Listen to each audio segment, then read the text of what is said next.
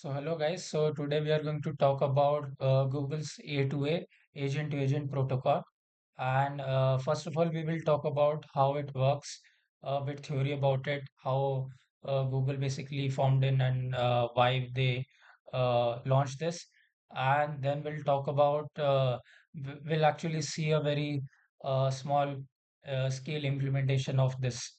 So before talking about more on this, let's first understand why Google's A2A agent to agent protocol was needed.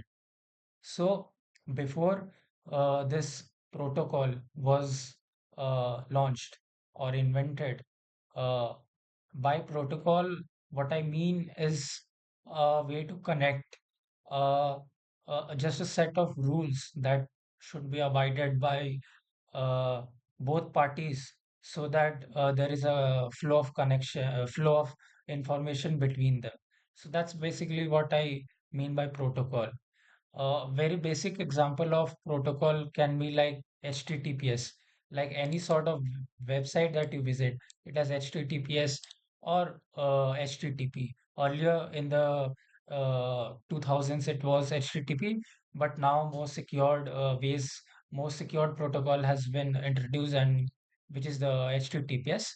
And HTTPS is nothing but it's a protocol. It helps us as users connect with the servers of different companies and basically uh, surf on the net. So that's what basically protocol is.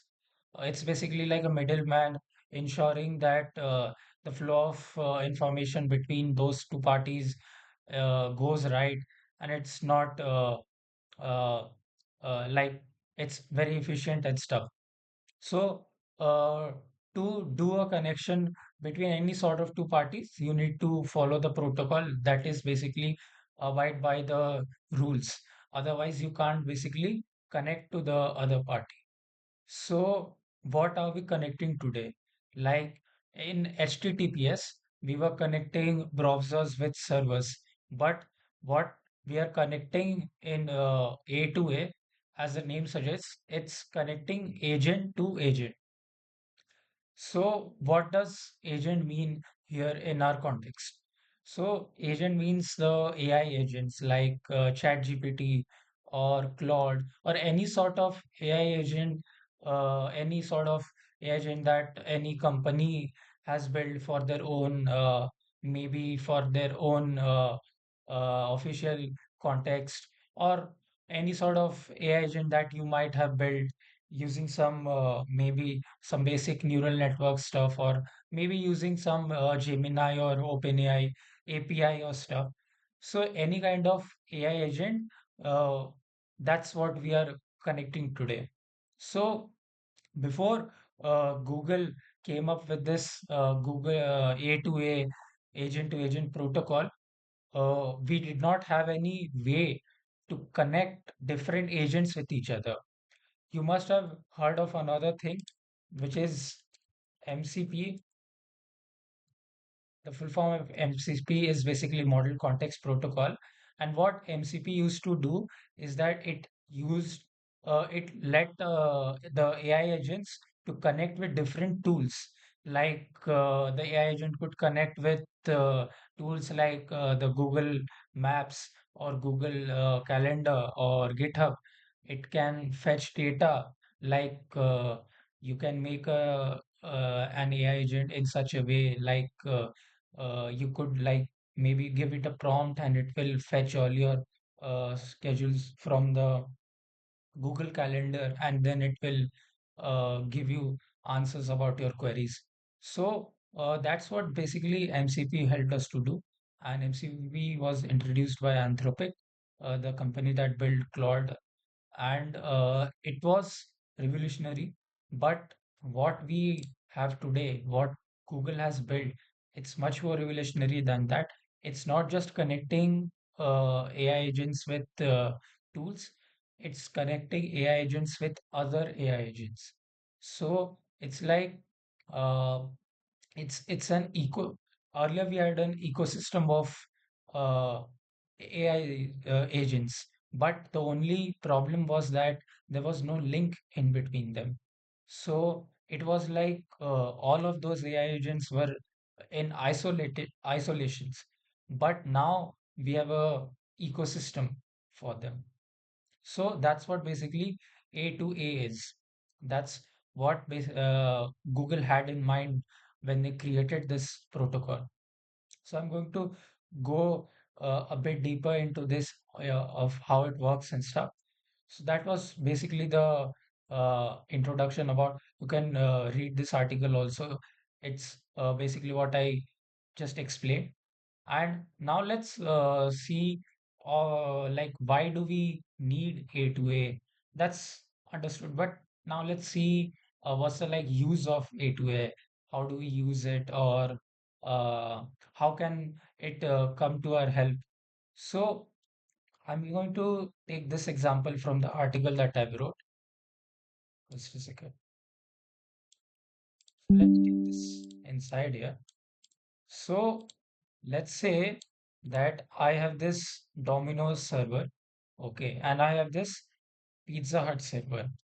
So inside the Domino's server, let's say the Domino's has its own database, and Pizza Hut also has its own database.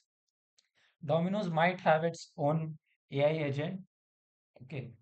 That AI agent might be used by the Domino's employees to track the orders of the Domino's customers and stuff like those. So that's basically the AI agent is available to only the Domino's customers on the Domino's app and website, or the Domino's staff. And the same is with the Pizza Hut AI agent also. That's that it could like run queries from the users based on what the results are from the database. And before MCP was introduced, these AI agents were not that powerful because they did not have the access to the database. But now, due to MCP, they can access the database, and they can pull in the required information from the database, and then they can run queries on them. And you can basically like query your large scale database using natural language. And the same is with the Pizza Hut AI agent also. But uh, right now, what we are considering is that the Domino's and the Pizza Hut AI agents are in separate, isolated servers, as it's shown in the picture. But now let's say that we have also the server of, let's say, Zomato. Let me take this one.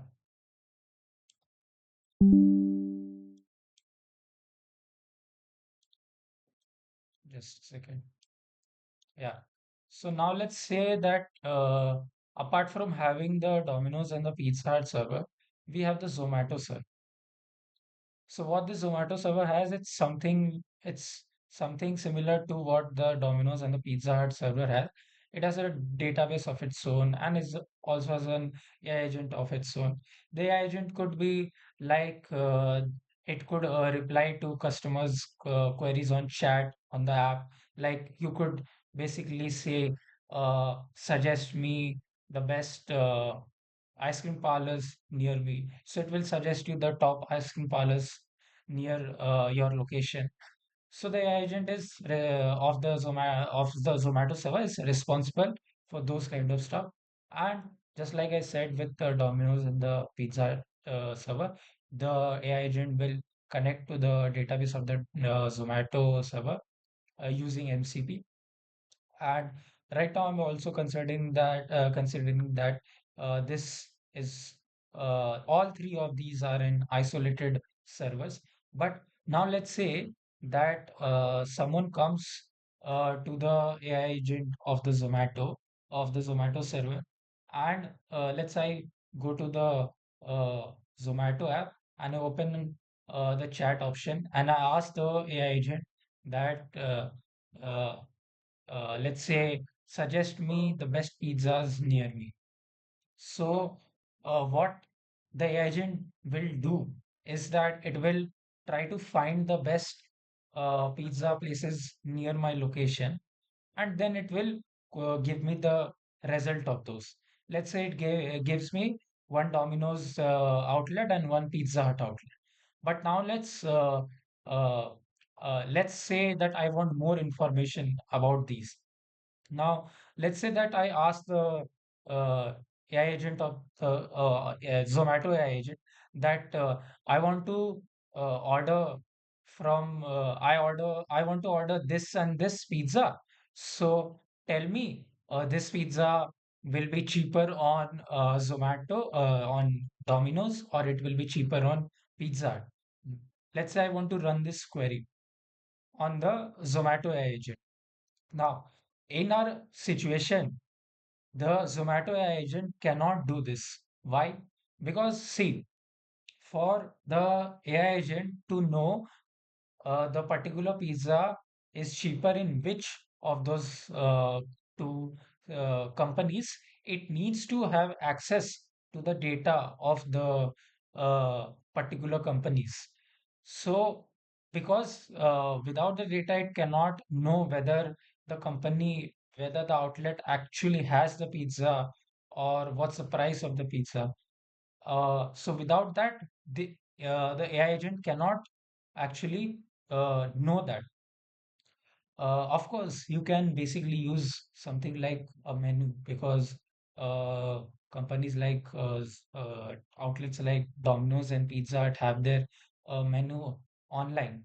So the AI agent can basically run a web search, and then it can basically see from the menu. It can extract the item from the menu, extract its price, and then compare it with both Domino's and Pizza Hut. But what's wrong in this case is that uh, the AI agent is actually accessing the data from the web, and the particular outlet might not have that particular dish. Let's say the particular Domino's in my location might not have margarita right now, but on the web search, it's showing that margarita is costing 500 bucks. But let's say in Pizza Hut, it's showing 400. But right now, the current price of that margarita is, let's say, 300. So the AI agent is getting outdated information from the web search. So it needs real-time data to actually give uh, much more efficient updates to the customer. So that's where uh, our savior comes in, and that's why Google created this thing known as A2A, agent to agent protocol. Now let's deep dive into this and see how A2A comes into this picture. So, what our problem is that right now we can't let the Zomato AI agent access the database of both Domino's and Pizza Hut. But right now, what solution do we need is that we need some way to let the Zomato AI agent somehow know about the data in the Domino's and the Pizza Hut server without actually going through all the data, but actually extracting just the right amount of data so that the privacy of both the Domino's and the Pizza Hut is maintained while the result is also fetched. So for that, let's say that all of these three are right now in isolated systems. Now let's say that I create such system that this Zomato agent somehow connects to the Domino's AI agent. All right. So what it will ask to the ask from the Domino's AI agent is that okay, I have a query about margarita pizza. Do you have right now? Do you have margarita pizza in your inventory? And please also let me know the price. So the Zomato AI agent is going to send this query to the Domino's AI agent, and a very similar kind of uh, query will also go to the AI agent of the Pizza Hut server. So what's happening right now is that the Zomato AI agent asking both the Domino's and the Pizza Hut AI agent about whether they have the particular dish and what's the cost of that dish. So what will happen is that the Domino's AI agent will get this query and it will basically run this query on the database using MCP and stuff, and then it will get the data and then it will return it to the Zomato AI agent. The same will be true for the Pizza Hut's server also. It will also run the query on the database and then get back to the Zomato AI agent. So what happened right now is that a simple problem was solved with the use of A2A. And how did we like how did we like put A2A into this picture?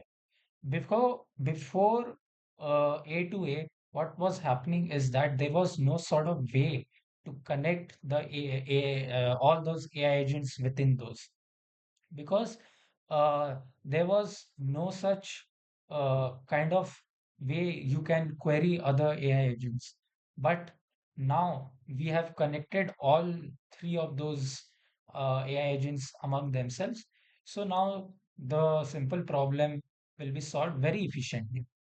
And so this is how A2A agents work and the A2A protocol works. And this is how it actually helps us to connect different AI agents with other AI agents. I've also shown a much more complicated, yeah. So it's not like much more complicated, it's actually more simplified and it contains all the information that I was like giving you right now. Like this is the user request, hey, I want to order a pizza. So it goes to the Zomato server, then the AI agent, it asks the Domino's server, do you have pizza? The same with the Pizza Hut. It replies with yes or no. Like it first checks in the DB and then it might get yes or no. And that will be forwarded to the Zomato AI agent. And that will be then forwarded to the user. So that's basically how the A2A agent to agent protocol works. That's not how actually it works. That's basically why we need the A2A protocol. Now, basically, uh, the how is very simple. We have understood the why. Now the how is very simple. Any kind of AI agents that you are building, uh, there is just one thing that you need to do. This is, I'm just going to first blindly put this out to everyone, and then I'm going to make this simpler. So try to grasp it in the first go, but don't worry, I'll go deeper into this in the practical section. So any type of AI agent that you're building, uh, in you just have to like put the details of the AI agent in your slash dot well known slash agent dot JSON endpoint. So let's say you're building a website that's google.com, and this is not just a like website, this is the URL of your AI agent.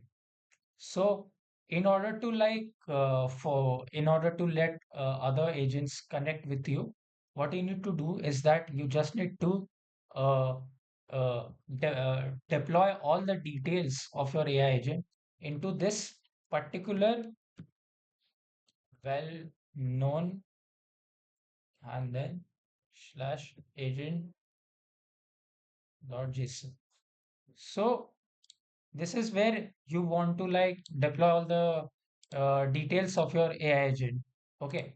So uh, what you deploy about the agent is like details like how do you connect to the AI agent, what protocol you will use, what's the capabilities of the AI agent, and stuff like that. It's like basically you can think of it like a ID card of the AI agent, like it's showcasing okay. my name is this, I know this and this. It's more of a LinkedIn profile rather than an ID card. It's like the AI agent is show offing his skills, like what all he knows, and there's like a option to connect with others on LinkedIn. So you can also connect with that uh, particular AI agent through this scheme, through this JSON file. So you just need to do this, and the rest will be handled by the A2A protocol, and you don't need to worry about anything else. So that's how it works under the hood. That's also how you can use it. Now, uh, I'm not just going to speak about all this theoretically. I also have a small project. It's basically a trading agent. Like basically, you can put information about your trade. Like I want to buy, or I'm thinking of buying 100 shares of Tata Motors at 700 rupees. So tell me about the trade, and then this trading agent will basically think about the trade and let you know what whether the trade is good enough to make some profits or stuff like that. Now, how is A2A done, implemented in this stuff? Is that basically the trading agent is actually, uh, I'm not going to like call it trading agent because it's there's already a part of it known as trading agent. I'm just going to call this as maybe trade assistant. So this trade assistant thing is actually divided into three parts, into three AI agents actually. So the first agent is basically the risk agent. So the risk agent basically uh, calculates the risk associated with the uh, trade. Let me demonstrate it here. So basically what we have is we have a trade assistant. Okay. So the trade assistant is basically divided into three parts.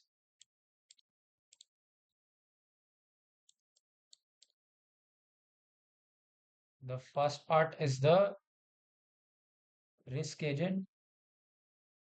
The second part is the trading agent.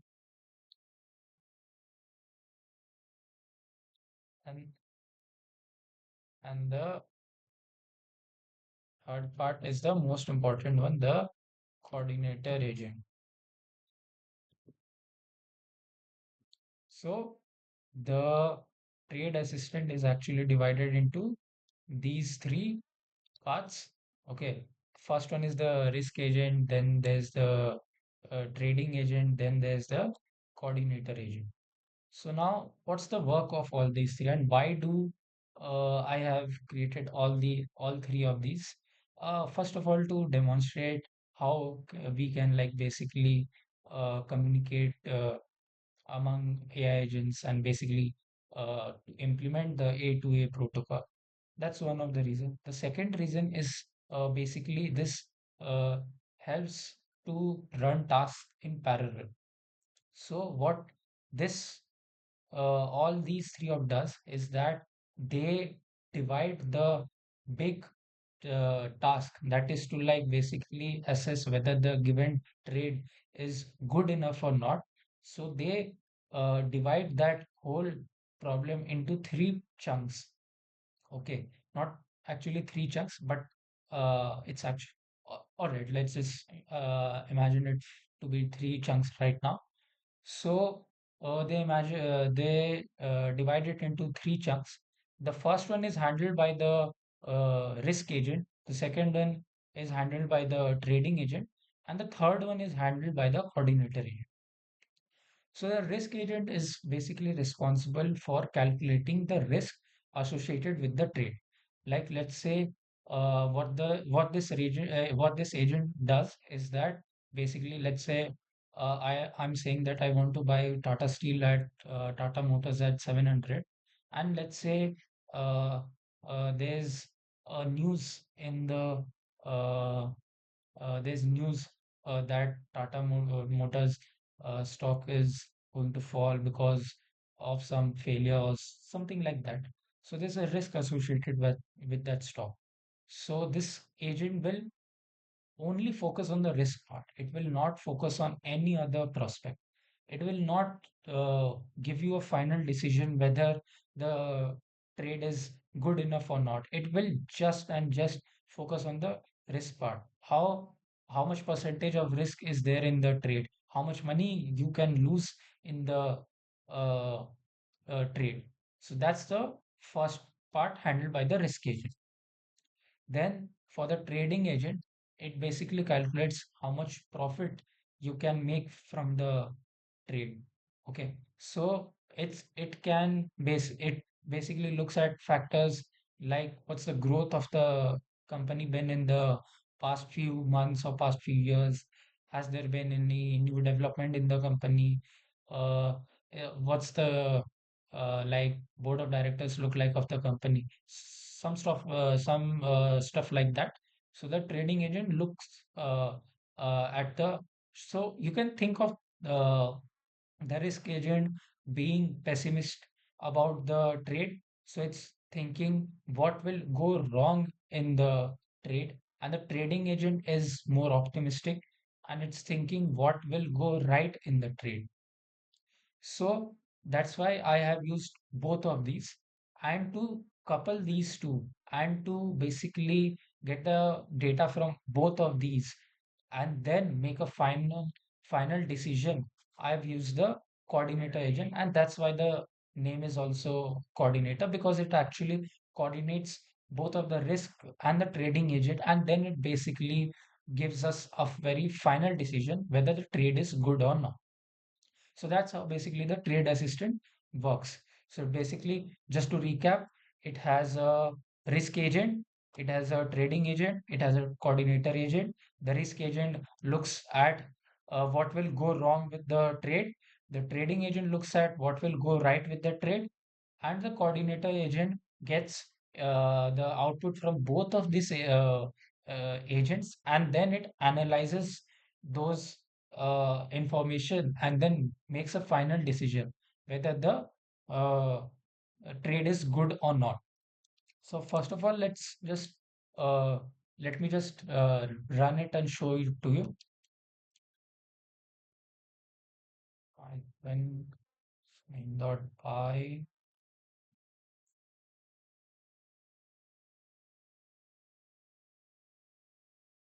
So I've made all these agents in Python. It's I've not like coded all the agents from scratch. It's actually I've used, if you want to like see the code, like this is the trading agent.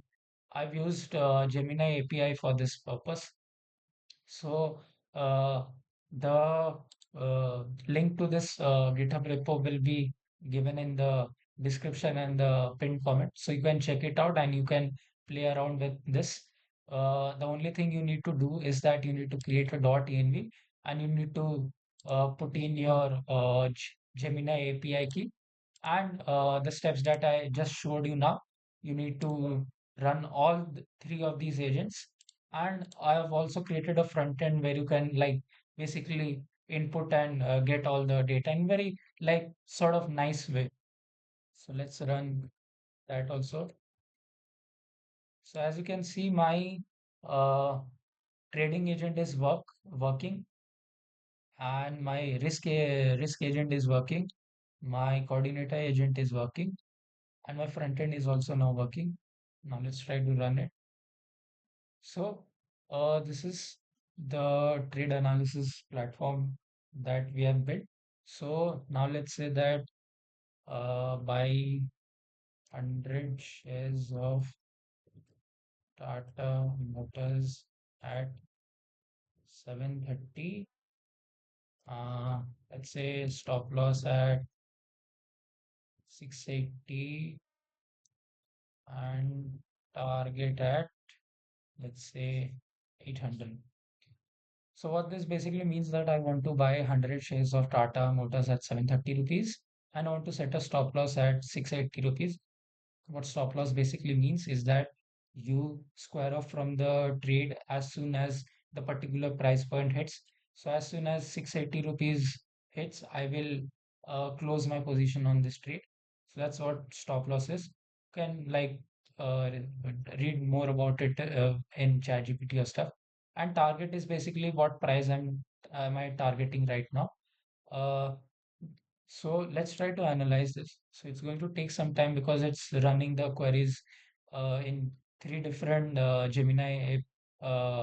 APIs. So it's going to, yeah.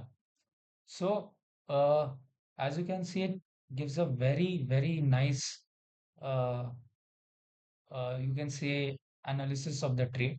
So this is the analysis given by the trading analysis. As we talked about, the trading analysis was giving us what? It was giving us a sense about what is right about the stock, what's good about the stock. So here's the analysis of the Tata Motors trade. This presents a reasonable risk reward profile, offers assuming R the value hinges on. So basically, it's saying that this could go right.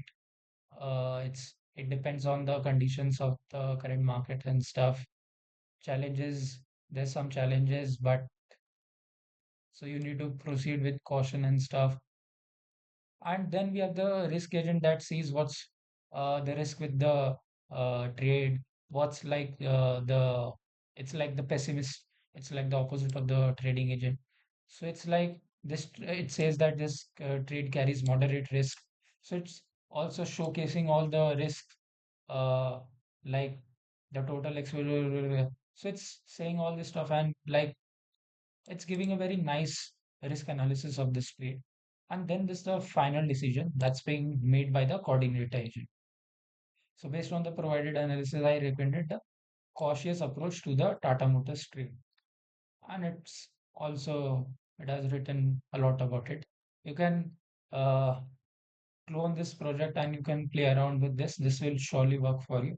You just need to, as I said, you need to set the Gemini API key. And don't forget to set the Gemini API key in each of the uh, agent directories.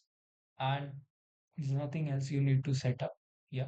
So if I want to, if like now I want to show you like how A2A comes into this picture. Like I've talked about how A2A helped us in connecting these three agents so that we could analyze the trade and build an application something like this. Okay. So as you can see, just focus on this part. Okay. Just focus on this part. As you can see, what this says is that app.get in this, what this basically means is that in this particular endpoint, okay, in this particular endpoint, you return the agent card. And what's the agent card? It's something like this. It's this. So what the agent card contains? It contains the name of the agent, that's trading agent. It contains a description. It contains the URL of the agent and also contains the version and the skills of the agent. And how do you like basically authenticate the agent? And it's saying that there's a lot of schemes through which you can authenticate, like any kind of website that you use. Like if I want to like visit YouTube or let's say uh, any kind of website that you're visiting, there are a lot of options to sign in or sign up into that particular website. You can either log in with Google, you can either log in with GitHub or Microsoft or Apple. So there can be understood as schemes for different schemes for authentication. So that's what basically schemes for authentication mean. And in this case, we only have one scheme, and that's basically the API key. So basically, uh, we will uh, like send an API key to the agent, and we will see if it's the right API key, and it's if it's the right API key, then we allow the other AI agent to talk with us. Otherwise, we block it. So that was basically this means. As you can see, like here's the API key, as you can see. Okay. Now let me show you somewhere where this uh, trading agent is actually being called. Now, if you see, uh, like this is where I'm keeping my API keys. Like the API key of the trading agent is trade key. Now, if you just see, yeah, the analyze trade one.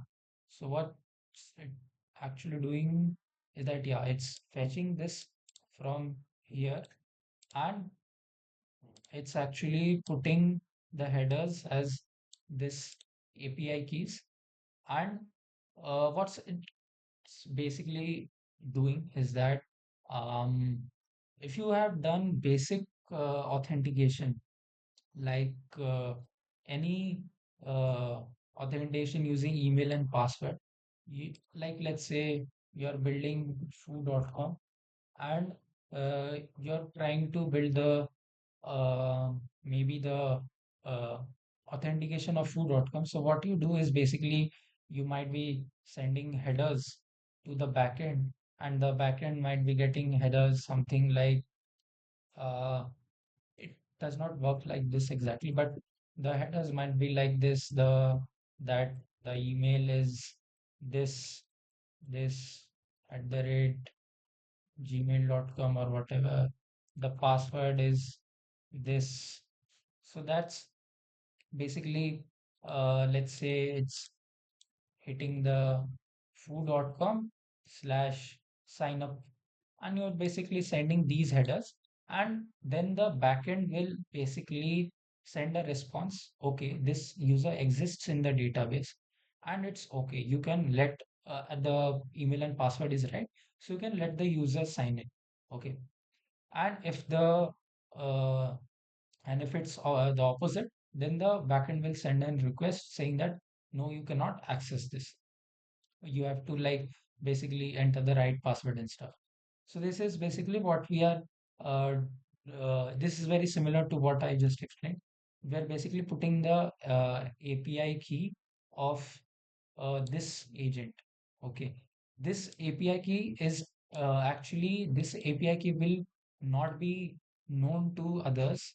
This API key will be known to only those uh, people or those AI agents that I trust, and I want those AI agents to be connected to me. Okay. Right now, if I just change this API key, this coordinator agent won't be able to connect to this, because the coordinator agent has the trading agent API key as trade key. But let's say I do something like this. So now it won't work. The website will crash, and this trading analysis part will not work. So I'm not going to do that, but I'm just showing you how the authentication and those stuff work, and what this basically authentication schemes, all of those sorts of things mean. And these all sorts of just basic information highlighting what the AI agent can do and stuff. What's the name of the AI agent? Where is it actually hosted and stuff? And uh, all this data is, as I said during the start, that it's actually available in the slash dot well known slash agent dot json. This is where you host the agent card. Okay, so this is basically how the coordinator agent is calling the trading agent. As you can see, it's basically, yeah, as you can see, it's basically first getting the user input, and then it's sending this request to the trading agent, and then it's getting the response, and then it's basically printing this over here, and then it's all is actually uh, storing this so that the final decision could also be made. So this is how basically A2A can be implemented. So uh, this is a very basic application of which basically implements the A2A and shows you how it works under the hood. So I hope that you understood. Uh, mm, if you did not get the last part about what I talked about from the authentication schemes and stuff, you can rewind this video and see it once more time. I'm sure that you will get it. Or you can even shoot your doubts in the comment section also. I will take them uh, generously. And so this is how basically Google's A2A works. And if you want to have notes about this, you can read this article also. And if you want the practical part, play around with this application, maybe create something new. So you can clone this project, and as I said, I've given the instructions twice, so you can follow those and you can run the platform for yourself also. And I encourage you to like basically go and like basically think of how you can basically implement A2A protocol in something else or other than this trade analysis platform. Think about it like uh, what problem can be broken into multiple parts, and those multiple problems can be handled by multiple agents, and those multiple agents need to communicate with each other, and that's when you need A2A. So think of some problem like that. You can even use ChatGPT, Claude, Grok for uh, this purpose. And so I hope that you understood what's agent to agent protocol, and you also understood the code part of it and the theory part of it, both of it. So that was it about in this video. I hope you learned something new and you liked it. So thank you.